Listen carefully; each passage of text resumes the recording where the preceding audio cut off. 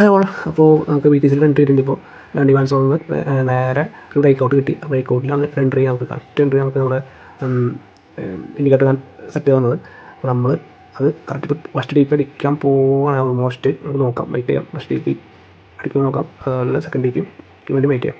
നോക്കാം. നമുക്ക് break out സ്ട്രക്ചറിലാണ് ഇപ്പോൾ എൻട്രി. നമുക്ക് കറക്റ്റ് നമുക്ക് നമ്മുടെ ഇൻഡിക്കേറ്റർ എടുക്കുന്നത് എല്ലാ പാരാമീറ്റേഴ്സും കറക്റ്റ് ആകുമ്പോൾ നമ്മൾ എൻട്രി ഓട്ടോമാറ്റിക്കായിട്ട് എടുക്കുന്നത് നമ്മുടെ ഇൻഡിക്കേറ്റർ. അപ്പോൾ അതിനനുസരിച്ച് മൂവ് പോയാൽ നമുക്ക് അതിനനുസരിച്ച് പ്രോഫിറ്റ് ഉണ്ടാക്കാം. അപ്പോൾ വെയിറ്റ് ചെയ്യാം നമുക്ക്.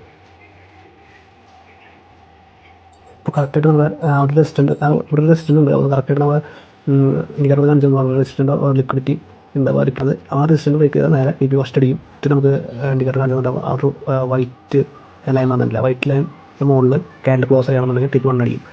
അപ്പോൾ ഒരു ബ്രേക്ക് ഔട്ട് നമ്മൾ TP 1 അടിക്കും. കറക്റ്റായിട്ട് അതൊക്കെ കാണിച്ചിട്ടുണ്ട്, വീഡിയോസ് കാണിച്ചിട്ടുണ്ട്. ഇപ്പോൾ shift market structure break out close ആയപ്പോൾ അത് ഈ ക്യാൻഡിൽ ഇതിൻ്റെ മുകളിൽ ക്ലോസ് ചെയ്താൽ ഈ വൈറ്റ് ലൈൻ VOSൻ്റെ മുകളിൽ ഈ ക്യാൻഡിൽ ക്ലോസ് ചെയ്താൽ, ഈ പച്ച ക്യാൻഡിൽ ക്ലോസ് ചെയ്താൽ, ഈ പറഞ്ഞ കാര്യം ചെയ്താൽ ഈ TP ഹിറ്റ് ആവും. അത് കഴിഞ്ഞിട്ട് ഇവിടെ ഒരു റെസിസ്റ്റൻ്റ് ഉണ്ട്. ആ റെസിസ്റ്റൻ്റ് പറയുകയാണെങ്കിൽ ഈ സെക്കൻഡ് TP ഹിറ്റ് ആവും. വെയിറ്റ് ചെയ്യാം. Yes TP hit.